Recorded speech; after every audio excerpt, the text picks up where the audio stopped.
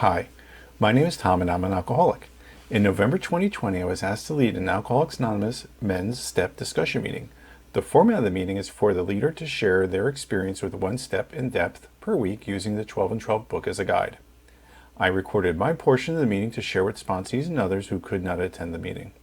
Thanks for taking the time to listen, and I hope that my message of recovery resonates with you.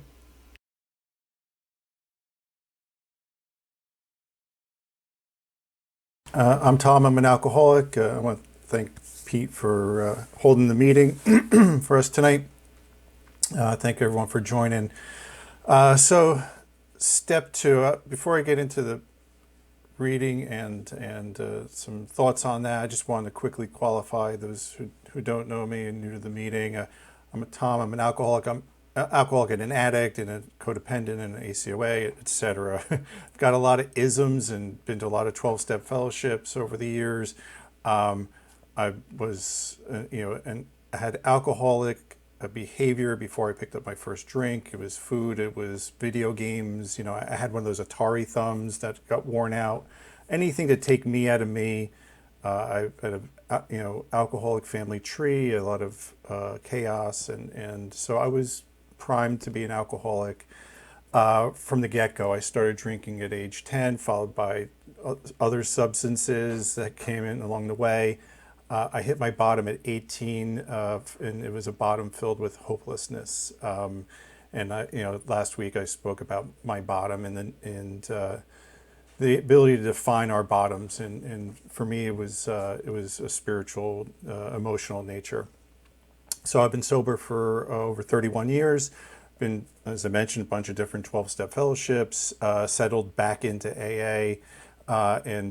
Is what cures my isms, alcoholism and everything in between, the spiritual practice that I learned here, the fellowship, the home groups, the sponsees and sponsor, and all that stuff, it keeps me in fit spiritual condition.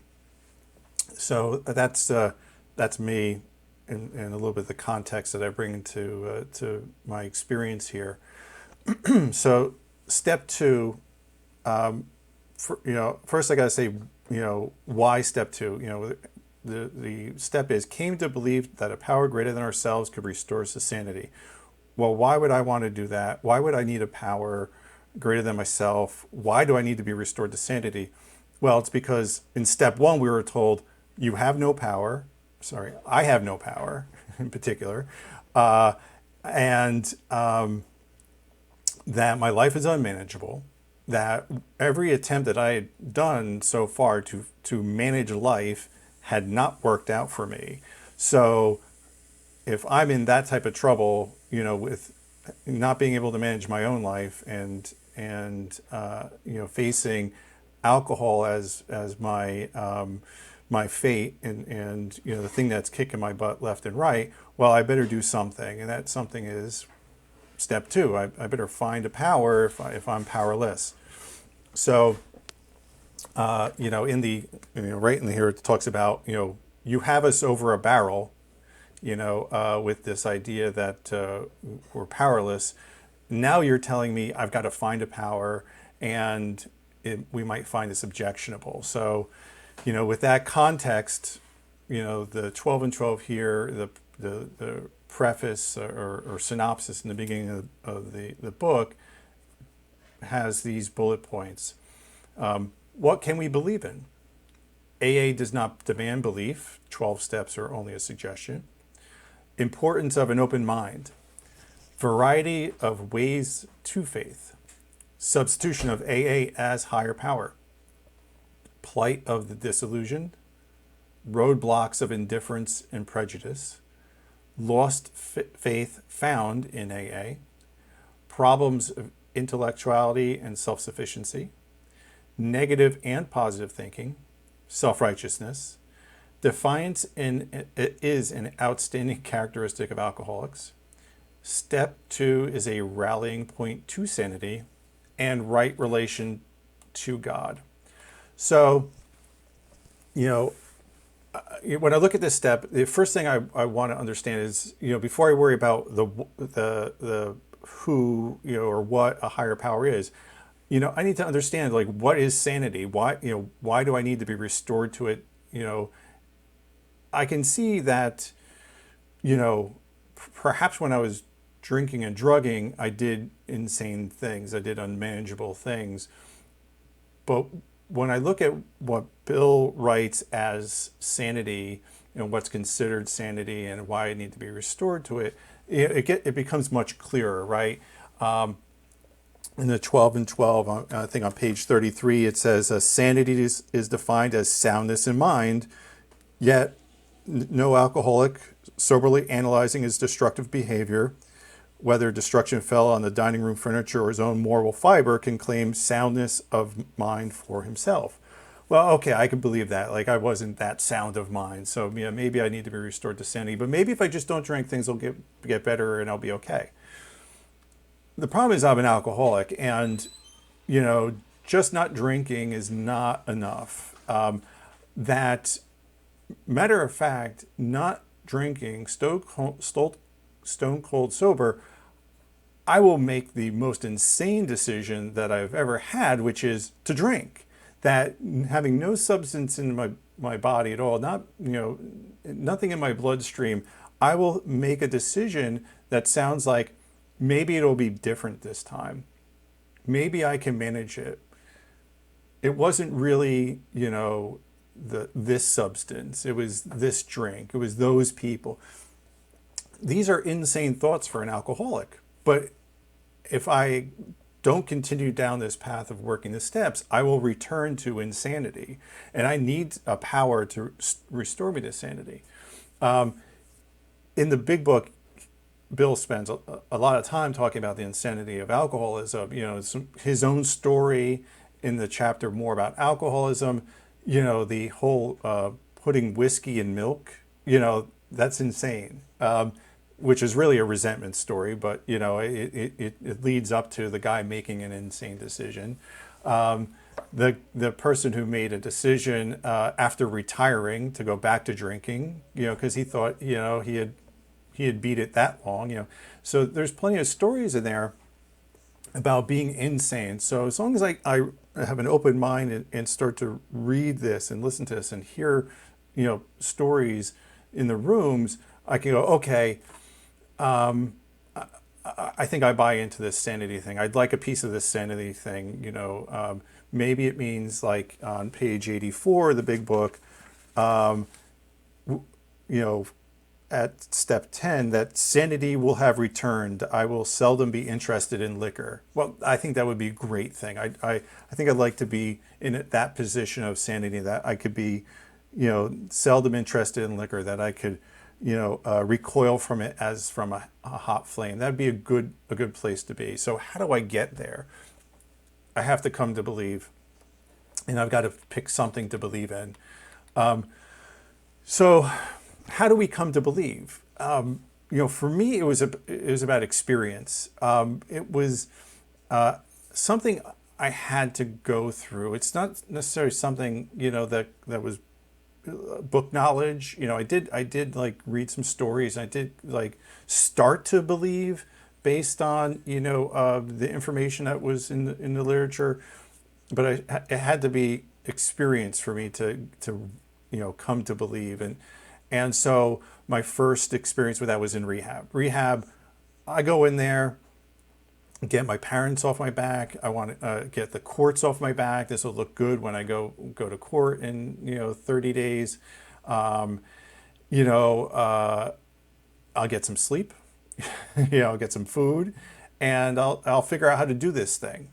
But it was a 12-step focused treatment center. And they brought in 12-step meetings, speaker meetings, and that's really important, in terms of being able to identify as an alcoholic and to identify with the process that we're asked to go through. I heard the message, and so these people came in and told their stories, and it's like, wow, they sound like they had worse trouble than I did. I think I got off easy, but this is what's out there, facing me if I continue to go on.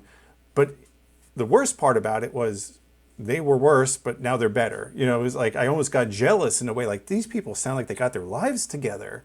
They are not miserable like me. And they had this light in their eyes, and they were talking about being free and all this stuff. And I'm like, oh, well, I feel like crap. They look much better than I do. Maybe I'll believe them, right? And that was a big leap for me. I was like, I think I'll trust these people. Let me just give this a shot. And for someone who had very little hope and had a bottom based on hopelessness, that hope that they offered was more than the worth of gold, to someone like me. So I'm coming to believe that this AA thing, this program stuff, will work for me. Excellent. So all I need is my foot in the door and some beginning. But I've got reservations, right? I'm 18. I don't want to do this for the rest of my life. This seems pretty boring. There's got to be situations where I could drink and it makes sense, right? What if I get married? It's far off, but someone might want to marry me someday. What if my parents die? Didn't exactly like my parents, and not like I'd be, I didn't think I'd be like broken up about it. But like, I've seen people drink over these situations. It's all like built into, movies and television. Someone gets good news, they have a drink. Someone has bad news, they have a drink. So I kept thinking, like, well, if these things happen, well, I'll have to revisit this whole thing. But I start going to meetings, and I start feeling better, and my life starts to come together. And I hear people talk about in the rooms getting married and have a sober wedding. And their kid gets sick and is in the hospital, and they don't drink. You people are ruining it for me, because all my excuses, all my reservations are getting crossed out. One of my best friends, I've got 1 year in the program. He comes in, his dad died. He's bawling his eyes out. He's like, hey, I didn't have a great relationship with my dad, but this hurts and I feel bad. But he didn't drink over it. He didn't get high over it. And I'm like, this is what it means. I'm coming to believe, like my faith is growing each time I have a life experience that I get through, that I can hang my hat on the program and guys like you and experiences like this, and go, I don't have any excuses. You people stole all my excuses. And so again, I just keep coming to believe that I can be restored to sanity, that I don't have to drink or use any more in order to manage life. And that experience of coming to believe has happened throughout my recovery, as long as I seek it. Sometimes I step aside and put it down and don't practice these principles and don't practice my program. And I think my belief shrinks. It's almost like a garden I have to tend to. That if I don't pay attention to it, it starts to wither. As long as I keep feeding it, it grows. So my belief these days is flourishing as a result. So that's coming to believe, and that's the process of how I believed in this sanity thing that you guys were offering, and the idea of recovery. So what do I do about this power greater than myself, right? Like, how do I fit that concept into, a practice of a 12-step program, and even, more daunting, my daily life, easy to practice, faith in the rooms and during meetings, but, put me in a workplace situation or a relationship, and, that stuff gets messy. Why do I want to bring a higher power into those situations? Well, it turns out I have to if I want to stay sober. I can't go it alone, in any form or fashion, because that's what gets me in trouble.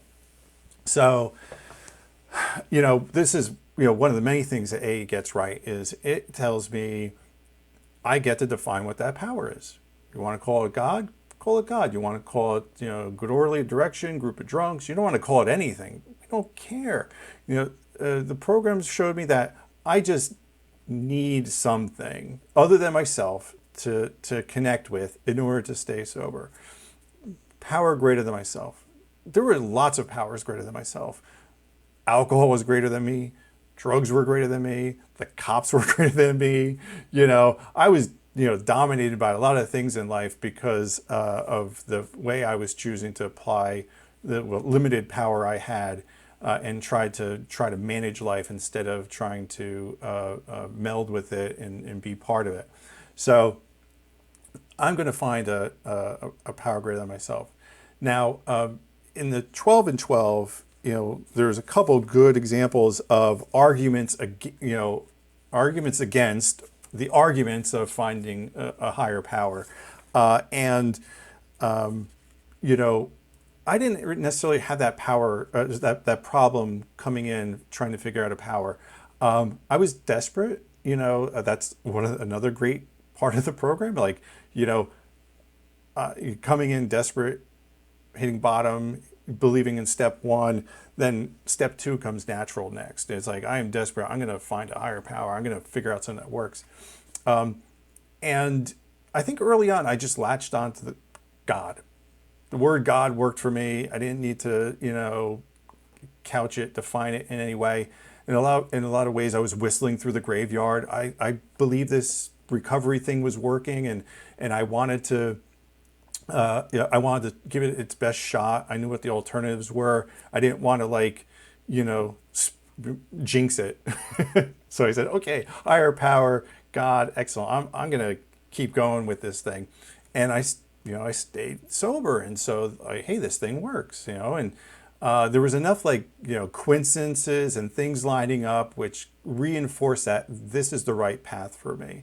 So I believed. Then I started to figure out, okay, well, I need some definition around this thing. What is a higher power going to look like for me? And originally it had a lot of human qualities, like the traditional type of God. And, it was like, I was told, you should make it, or it helps if it's loving and caring, right? And I'm like, excellent, because I didn't have a lot of loving and caring experiences. I didn't have, real supportive, upbringing. So, hey, listen, if I could start to believe in something like that, that would be great. I could latch on to that. And I heard someone say that, something which helped frame it. It's like, if God has a refrigerator, your picture's on it. Right. And that was like, okay, that's cool. That's like a really loving, accepting visualization of a higher power that, even if I, do some scribbled crayon thing, this is great work, and, puts it up on the refrigerator, or, or a picture of me in kindergarten with this, silly costume on for Halloween, whatever it might be. Like that was like the kind of nurturing that I needed early on, and really helped me accept the idea of a higher power and apply it into my recovery. And then from there, it kept going, and that's the beauty of this thing. It just, as long as I'm open to it, things, will develop as much as I'd like them to, wherever I explore it. So I became more religious for a while. I attended church regularly, daily basis, for a great stretch. I had a great spiritual advisor in my church. At one point, I was considering becoming a deacon. I was a Eucharistic minister, and that worked for me, and I was really happy in that space. And then eventually, whatever happened, that shifted, and I moved away from that, and I started incorporating other principles and spiritual practices and philosophies into my spiritual life. Some mix of Eastern and Western, practices. I became a spiritual mutt, right? And that became okay. I'd read books recommended by people, and I'd hear on podcasts or whatever. I'm like, hey, that's a great idea. I'll throw that in my daily prayer. Again, the beauty of this is that I am absolutely free to decide how I want to, have a relationship with a higher power, as long as it's greater than myself.